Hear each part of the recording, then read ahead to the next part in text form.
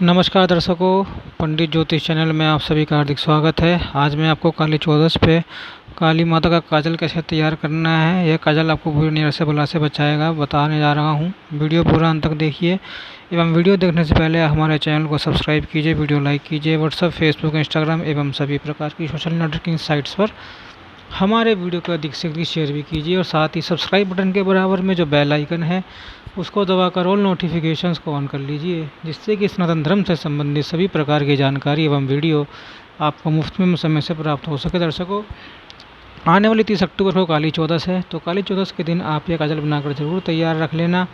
काली चौदस की रात्रि को, क्योंकि काली चौदस की रात्रि को काली माता का पूजन होता है। प्रकृति में, वातावरण में ग्रह नक्षत्र ऐसे बनते हैं कि इस रात्रि में बनाया हुआ काजल बुरे प्रभाव से आपको बचाता है। भूत प्रेत, डाकनी शाकनी, तंत्र मंत्र, जादू टोना आदि के प्रभावों से आपकी रक्षा करता है।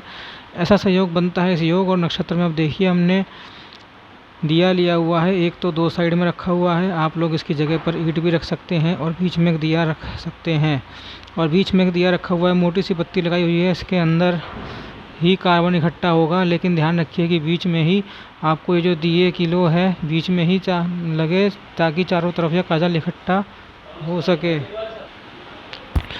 मोटी सी बत्ती लगी हुई है इसके अंदर। यह बड़ा दिया हमने लिया हुआ है। बड़ा दिया आपके उसके ऊपर हम लोग रखेंगे, इसके अंदर ही कार्बन इकट्ठा होगा, लेकिन ध्यान रखिए कि बीच में ही आपका जो दिए की जो लो है बीच में ही लगे, ताकि चारों तरफ से काजल इकट्ठा ना हो सके। काली चौदस की रात्रि में आपको निषद काल में ही यह काजल बनाना है, ताकि प्रभावशाली होगा। ठीक है, यह काजल काली माता के पूजन की रात्रि का है। यह काजल है, काली माता का प्रतीक है।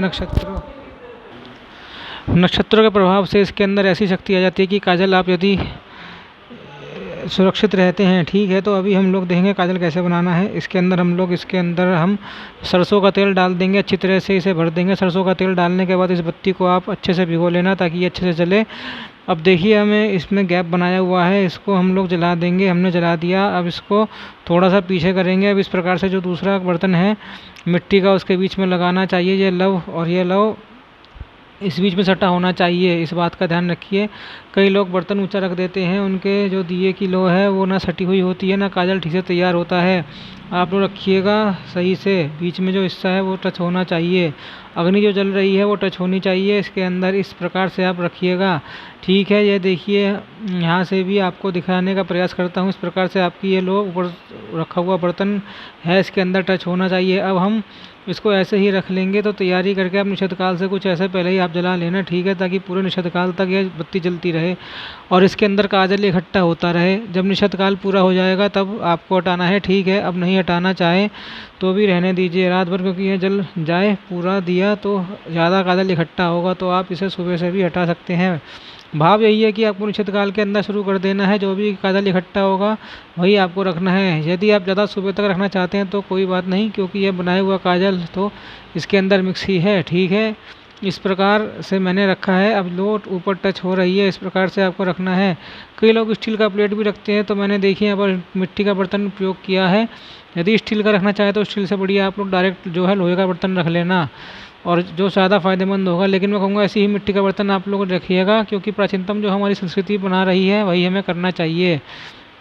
मिट्टी के ही बर्तन में बनाया जाता है। ठीक है, और मिट्टी तो बहुत ही ईजिली मिल जाएगी आपको। मिट्टी के बर्तन मार्केट में 100-200 रुपये का आपको मिल जाएगा। अब इस प्रकार से आपको बनाकर रखना है। अभी देखिए मैंने बनाकर छोड़ दिया है। अब मैं इसे सुबह उठाऊंगा, क्योंकि यह रात्रि को मैंने रखा हुआ है। अब मैं इसको सुबह खोल के देखूंगा कैसा बना हुआ है। यह हमने सुबह में देखा और इस प्रकार से पूरा दिया जला हुआ चुका है। इसके अंदर से बहुत सुंदर कार्बन इकट्ठा हो चुका है। देखिए कितना सुंदर काजल इकट्ठा हुआ है। ये असली काजल है और यह शक्तिशाली पावरफुल काजल है। पूरा बत्ती भी जल चुकी है। अब इस काजल को हम लोग एकत्रित करेंगे दूसरे बर्तन में। इसके अंदर कोई मंत्र तंत्र की आवश्यकता नहीं है, आपको यह मंत्र पढ़ना है। इसके अंदर इसकी कोई ज़रूरत नहीं है, यह ऑटोमेटिक रिचार्ज हुआ काजल है। अब देखिए पत्ती की मदद से आप लोग इसे निकाल लेना। थोड़ा चम्मच होगा, आप तो हल्के हल्के हाथ से ऊपर ऊपर आप लोग निकाल लेना, इसे एकत्रित कर लेना अच्छे से। अब ये देखिए मैं भी इसे इकट्ठा कर रहा हूँ।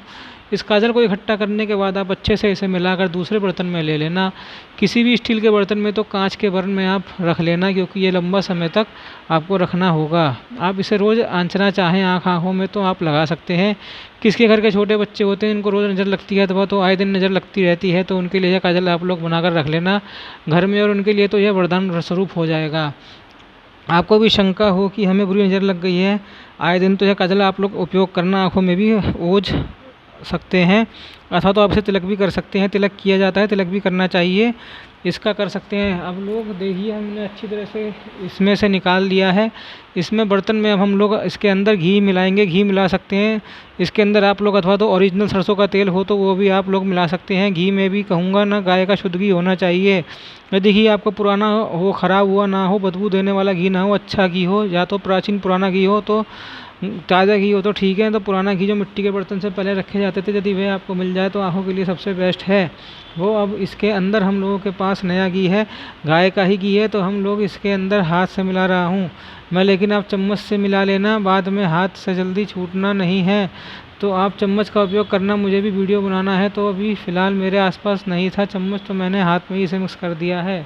अब देखिए इसके अंदर जितनी भी घी की आवश्यकता हो उतना घी आप डाल लेना, इसके अंदर मिला सकते हैं। और भी घी लगे, यदि आपको लगे कि सूखा है और इसे गीला करना है तो आप इसे गीला भी कर सकते हैं। और घी मिलाकर और जब यह मिल जाए अच्छी तरह से, तो आप इसको बर्तन में रख लेना, कांच का बर्तन हो अथवा तो सुरक्षित कांच लेना। काजल की जो डिबिया आती है मार्केट में, जो काजल मिलता है वह केमिकल युक्त होता है और वह इतना प्रभावशाली नहीं होता।